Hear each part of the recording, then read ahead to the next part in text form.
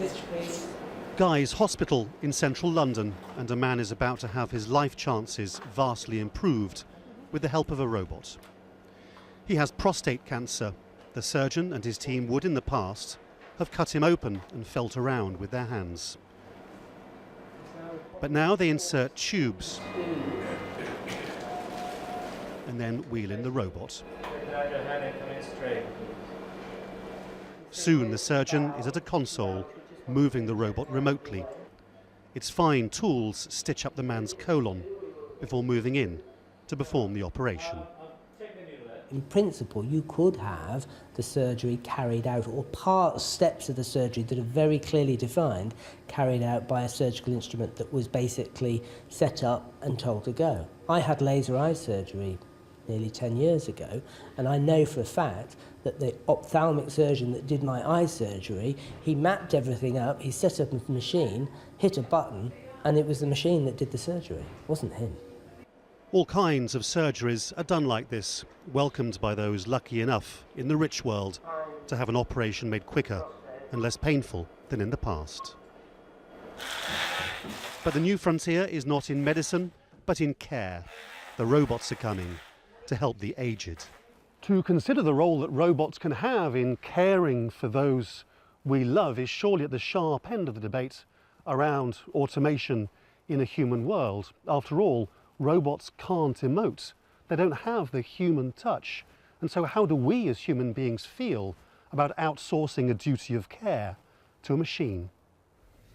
In the coming weeks, these dementia sufferers at a care home in North London will have robots for company. The owners run dozens of places like this across the UK. They want to roll the machines out everywhere. Because what we are dealing with is dementia residents, people who forget, who have memory lapses. And if robots could remember things about them, about their cultural needs, about their habits, about their patterns of living, and if they could relay this to a new care staff or even an agency staff who's coming in, it could take away a lot of emotional anxieties these people experience, because when you forget things, you get agitated and you cannot recollect what you have really forgotten. How are you? I am very good. And you? Robots like this, it is argued, could help organise delivery of medicines, or relatives could Skype their loved ones through its screen. They cannot love, but it is argued they could help dispense it.